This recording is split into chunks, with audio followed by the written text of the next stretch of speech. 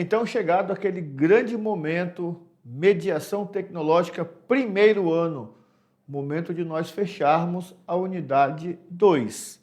A unidade 2 em que nós trabalhamos as ideias de função, né? E aí especificamos vários modelos de funções, depois trabalhamos a ideia de sequências, dentro da sequência trabalhamos com a progressão aritmética e progressão geométrica, e aí, por último, temos aquele apanhadão de conteúdos que serão importantes para vocês.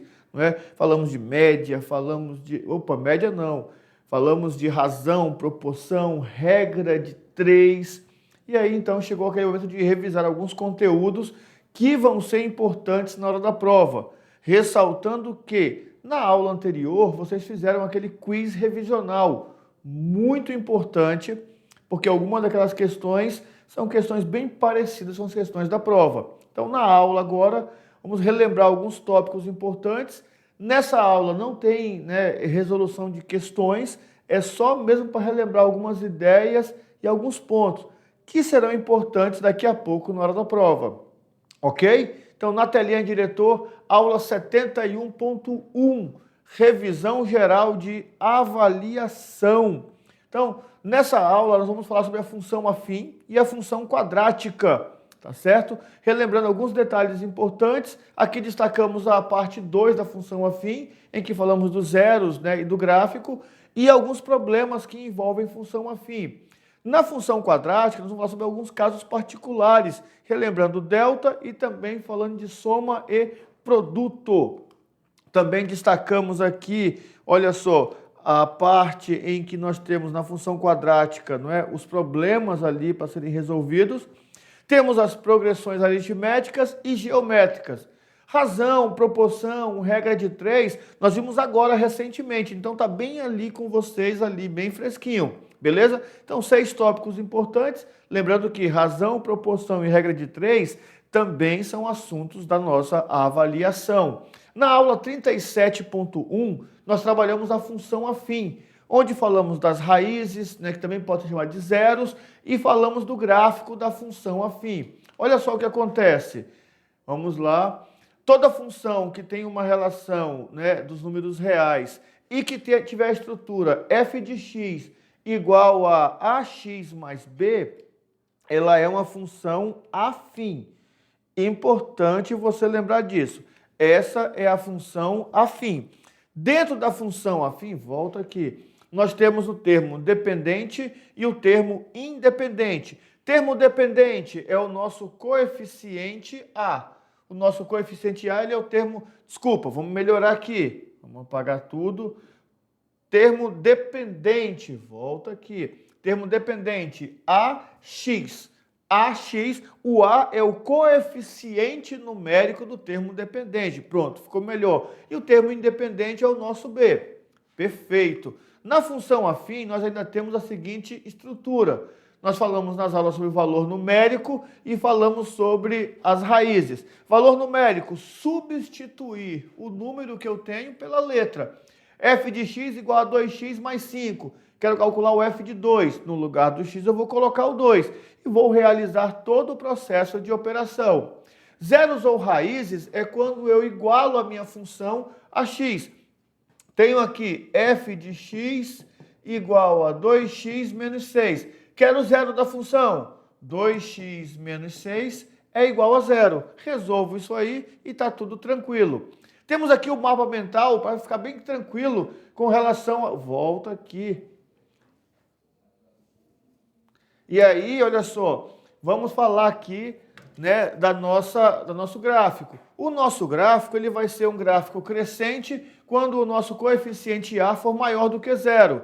E vai ser decrescente quando o nosso coeficiente A for menor do que zero. Então, você olhou lá na prova, tem alguma informação lá, você olhou, coeficiente A é negativo, decrescente. Coeficiente A é positivo, crescente. Então, isso aqui é o que nós temos da função afim. A estrutura, os coeficientes, tá certo? E ali o momento do nosso gráfico, beleza.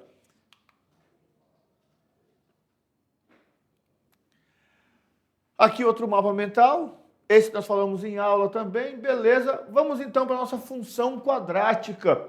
A função quadrática, diferente da função afim, ela vai ter uma outra estrutura, tá certo? A sua estrutura completa é do tipo ax ao quadrado mais bx mais c. Lembrando que aqui é a equação, tá? Do segundo grau. Quando for função, isso aqui vai ser f de x. A função é f de x. Os casos particulares que nós temos são os casos em que ela é incompleta, em B, em C ou em B e C. Nos casos das equações incompletas, vamos ressaltar, porque estou falando de equação. Quando eu for calcular o zero ou a raiz da minha função, eu vou igualar a zero. Igualei a zero, a minha função vira uma equação. Completa, delta. Incompleta eu posso fazer de maneira simplificada. Vocês sabem disso. Fizemos várias vezes durante a aula. Aqui, agora sim, olha, viu? Y igual a f de x. Zerei, delta. Não está zero, é função. Posso também calcular minhas raízes quando ela for completa. Quando ela for completa, eu posso calcular as minhas raízes pela soma e pelo produto. Nessa estrutura, quando o A é igual a 1, eu vou ter somente isso aqui, ó. Opa, volta aqui. O A é igual a 1. Soma é menos B e produto é C. Quando ela for, né, diferente de 1, tá aqui, ó, diferente de 1, aí eu tenho essa estrutura. Soma menos B dividido por A e o produto C dividido por A. Aqui nós temos a função quadrática. Mapa mental vai ficar bacana. Mapa mental, atenção.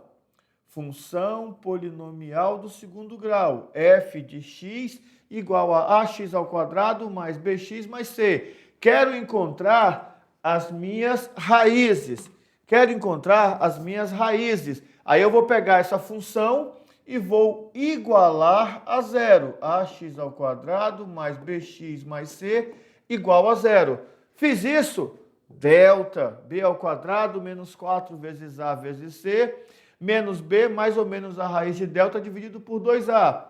Os coeficientes do delta, achei o delta, maior do que zero, duas raízes reais, menor do que zero, nenhuma raiz real, igual a zero, uma única raiz real. O gráfico de uma função do segundo grau é uma parábola, diferente da função afim. Na função quadrática, o coeficiente A vai indicar a concavidade da parábola. Se o A for maior do que zero, concavidade para cima, carinha feliz. Se o A for menor do que zero, concavidade para baixo, carinha triste. Beleza. Soma e produto, né? Soma das raízes, x1 mais x2. Se o A for igual a zero, a soma é menos B, produto é C. Se o A for diferente de zero, então a soma é menos B dividido por A. E o produto é C dividido por A. Beleza? Ok. Na função quadrática ainda, nós vimos que elas podem ser aplicadas em várias situações. Então, se você pegou na prova lá uma questão que envolve a aplicação da função quadrática, o que você vai ficar atento? Além dos detalhes que nós já falamos de delta, de coeficiente A, da parábola, você tem que ficar atento, olha só, na parábola tem o delta, a seguinte informação. Atenção, pode estar na prova. Vértice da parábola. No vértice da parábola, na prova, pode ser que ressalte a questão do ponto máximo e do ponto mínimo. Se o A for maior do que zero, atenção, se o A for maior do que zero, carinha feliz, concavidade da parábola aberta para cima. Então, a minha função vai ter o que nós chamamos de ponto mínimo. Se o A for menor do que zero, Aí a parábola vai ter concavidade voltada para baixo. Atenção aqui, olha só. Com isso, a minha função, a minha parábola, vai ter o que nós chamamos de ponto máximo. Determine a altura máxima alcançada pela bola, y vértice. Em que instante ela atingiu a altura máxima, x vértice. Altura máxima, y vértice. Altura mínima, y vértice. Instante, em que momento? Aí é x vértice. É importante ressaltar esse detalhe. Com relação ao delta, mesma situação. Maior do que zero, duas raízes, eu vou encontrar x1 diferente de x2. Delta igual a zero, uma única raiz real, ou x1 igual a x2. Se o delta for menor do que zero, não possui raízes reais. Eu não vou encontrar x1 nem x2. Não possui raízes reais. Sequências. Sequência é toda organização numérica, onde eu tenho o primeiro termo, tenho o segundo termo. Quando essa sequência mantiver uma ordem, né, de crescimento, ou seja, eu observar que os valores estão aumentando ou diminuindo na mesma proporção, com a mesma razão, aí a minha sequência pode ser uma progressão aritmética ou uma progressão geométrica. Pode ser uma PA ou uma PG. Qual vai ser a diferença? Simples. Vamos falar agora sobre a progressão aritmética. Progressão aritmética é uma sequência onde cada termo a partir do segundo é igual ao anterior mais uma constante. Então, na PA, eu vou somando valores à minha constante, ao meu primeiro termo. E essa soma, ela é de maneira igual. Olha só, primeiro termo, 2. Segundo termo é 4, ou seja, peguei o primeiro mais uma razão.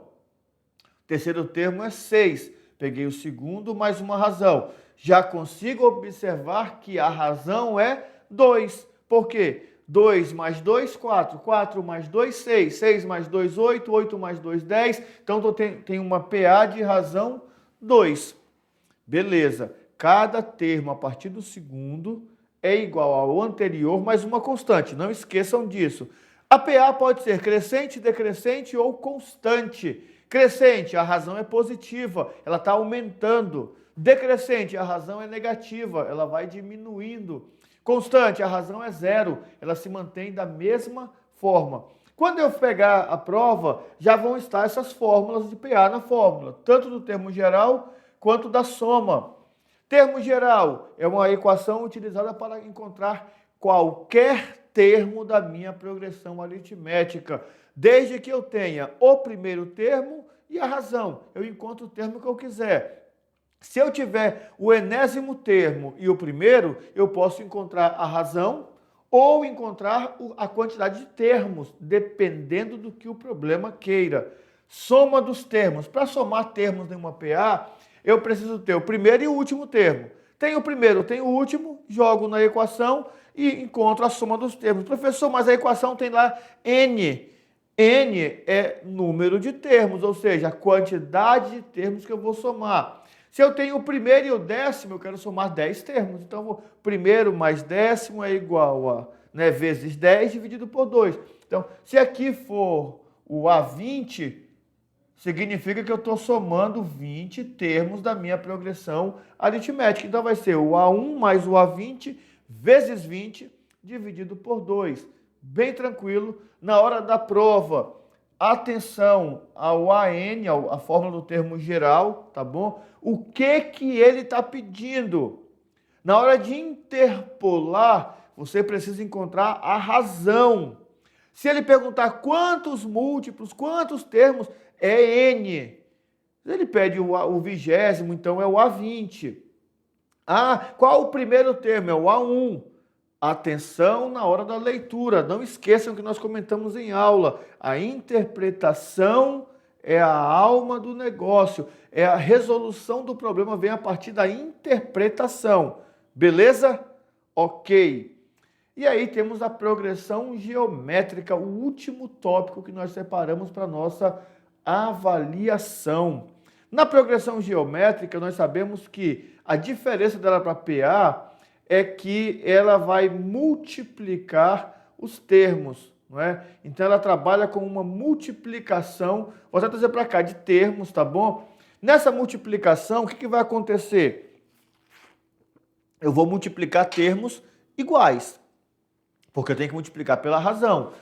Progressão geométrica é uma sequência onde cada termo, a partir do segundo, é igual ao anterior vezes uma constante. Então, se vai vezes a constante, então a minha constante, a minha razão, agora é chamada de Q, pois eu encontro a razão agora a partir de um quociente, ela vai determinar o meu termo geral. Então, o meu termo geral, o enésimo termo, é igual ao primeiro vezes a razão. Observem que o meu n-1 está no expoente, porque uma multiplicação de fatores iguais nada mais é do que uma potência.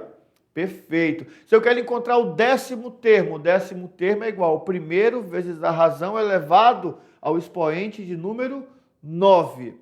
Beleza. Vamos também trabalhar a soma dos termos de uma progressão geométrica. Diferente da progressão aritmética, aqui na progressão geométrica, quando eu for fazer a soma dos termos, eu não preciso encontrar o último termo. Na PA, eu preciso ter o primeiro e o último.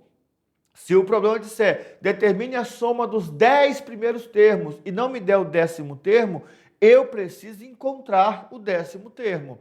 Na progressão geométrica, não. Eu só preciso ter o primeiro termo, a razão e saber quantos termos eu quero somar. Beleza? Está aqui a equação. Mas se a minha progressão geométrica for infinita, se ela vier tendendo para o zero, aí eu tenho que usar essa equação aqui, o primeiro termo dividido por 1 menos Q. Beleza? Ok. Então, vou só voltar aqui um detalhe importante. Na progressão aritmética, na PA, o nosso gráfico ele vai se comportar de maneira linear. Então, tem uma característica bem próxima da função afim. Na progressão geométrica, o gráfico ele se comporta de maneira exponencial. Por quê? Porque nós estamos trabalhando com expoente. Então, vai estar exponencial. Não esqueçam disso. E aí, tendo mostrado todas essas informações, o que nós podemos fazer agora é respirar com tranquilidade. A prova não está difícil, tá? A avaliação não está difícil, está bem tranquila.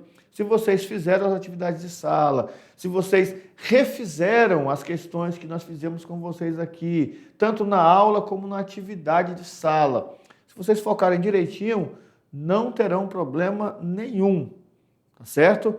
Então, tranquilidade agora, pega a prova, olha para ela com carinho, não precisa ter pressa, não é uma competição, quem acabar primeiro vai ganhar o prêmio, não. Quem conseguir fazer tudo vai conseguir ser beneficiado com a nota que vocês merecem, beleza? Então agora é com vocês, boa avaliação e vamos voltar com aqueles que não conseguirem alcançar a média. Espero que ninguém, mas temos mais uma aula para aqueles que não conseguirem alcançar a média. Por enquanto é só.